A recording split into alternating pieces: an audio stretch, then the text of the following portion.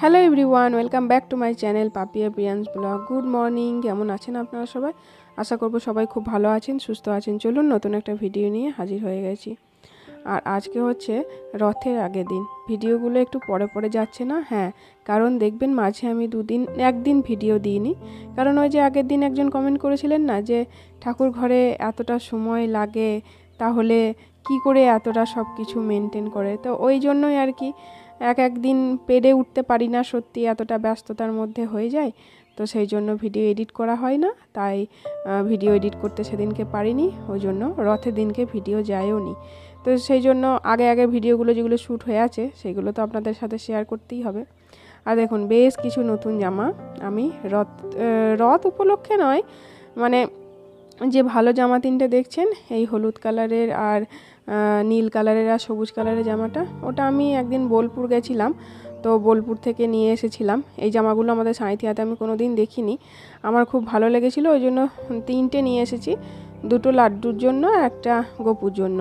গোপুর এমনিতে অনেক জামা আছে, সেই জন্য গোপুর জন্য একটাই নিয়েছি, আর লাড্ডুর জন্য দুটো নিয়েছি। আর এই সাইজের জামাগুলো গুবলুর জন্য পাইনি, তবে বোলপুরে যে দোকানটায় আমি গেছিলাম, কাঁসা পিতলের দোকান, অনেক বড় দোকান, আর ওখানে প্রচুর কিছু কালেকশন। আমাকে বলছিল যে শুধু জন্মাষ্টমীর আগে একবার আসবে, তখন দেখবে যে কত জামা আর সব কিছুরই মোটামুটি গোপাল, রাধাকৃষ্ণ, মানে পিতলের মূর্তি, অনেক কিছু দেখতে পাবে। রথটা পেরিয়ে গেলেই আমাদের মালপত্র ঢুকতে শুরু হবে। তো আমি একদিন অবশ্যই বোলপুর যাব, আমি জন্মাষ্টমীর আগে ওখান থেকে কিছু ড্রেস বেশ কিনে নিয়ে আসব। বাকি আমি এই কিছু জামা নিয়ে এলাম, আর দুটো বড় আরও সুতি যে জামা দুটো দেখালাম, ও দুটো আমাদের সাঁইথিয়া থেকেই নিয়েছি, সাঁইথিয়াতে পেলাম। তো লাড্ডুর জন্য নিলাম, কারণ লাড্ডুর জন্য সবসময় সাইজের এই ঘাগরাগুলো অ্যাভেলেবেল থাকে না, আর গুবলুর জন্য তো থাকেই না, ওটা তো পাই না। তবে আমি যে দোকানটায় বোলপুরে গেছিলাম, আমি একটা শর্টস দিয়েছিলাম না, বড় রাধাকৃষ্ণের মূর্তি, বড় দুটো লক্ষ্মী নারায়ণের মূর্তি, মোটামুটি 18 ইঞ্চি 19 ইঞ্চি করে বড়, ওইগুলো মানে কি যে সুন্দর লাগছিল দেখতে। আপনারা অনেকে আমাকে প্রাইসটাও জিজ্ঞাসা করেছিলেন এই মূর্তিগুলোর কত দাম, তো আমি দামও জিজ্ঞাসা করেছিলাম। ওই 18 ইঞ্চি যে মূর্তিগুলো, যে রাধাকৃষ্ণের মূর্তিটা 18 ইঞ্চি ছিল, সেটার দাম ছিল 10,000 টাকা। আর লক্ষ্মীনারায়ণের মূর্তিটার আরেকটু বড় ছিল, আর ওজনটাও মনে হচ্ছিলো যেন একটু বেশি, তো সেই জন্য হয়তো সেটা আরও বেশি দাম হবে। আমি আর ওটা ওজন করাইনি বা দামটা জিজ্ঞাসাও করিনি। আমি আমার কিছুদিন আগে একটু শরীর খারাপ ছিল, তো সেই জন্য ডক্টর দেখানোর জন্য আমি বোলপুর গেছিলাম।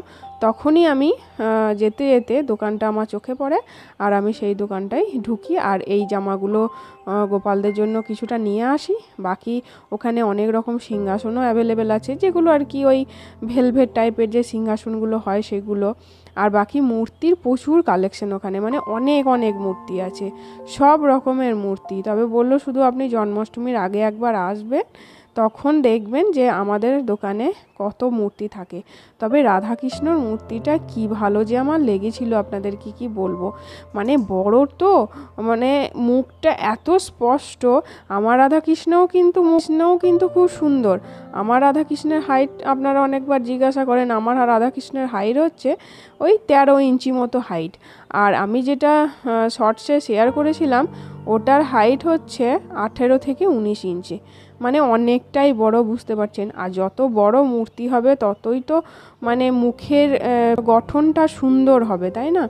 যত ছোট মূর্তিতে যাবেন তখন দেখবেন মানে মুখের শেপ অত ভালো আসে না, কিন্তু যখনই আপনি বড় মূর্তিতে যাবেন তখনই মুখের মুখশ্রীটা খুবই সুন্দর।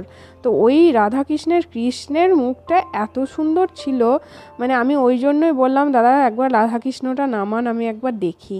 তো ওনারা নামিয়ে আমাকে দেখালেন, আর যেহেতু অনেকটা বড় তো সেই জন্য ওজনটাও অনেক বেশি, মোটামুটি একটারই মনে হয় 6 কেজি করে এরকম ওজন ছিল, মনে হয় 6 কেজি হবে না 6 কেজি থেকে কম হবে, আমার ঠিক মনে নেই, ওজনটা আর মনে নেই, আমি আন্দাজেই হয়তো বললাম।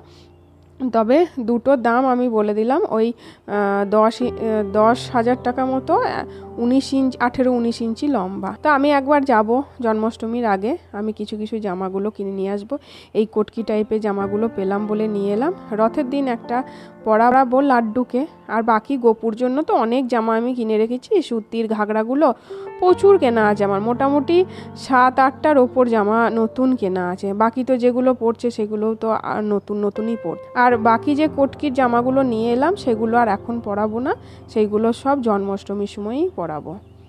তো চলুন, গল্প করতে করতে পুজোটাও হয়ে গেছে। আজকের মতো ভিডিওটা এখানেই শেষ করছি।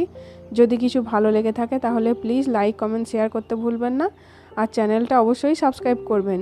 চলুন তাহলে আজকের মতো আসি, আবার দেখা হচ্ছে পরের ভিডিওতে।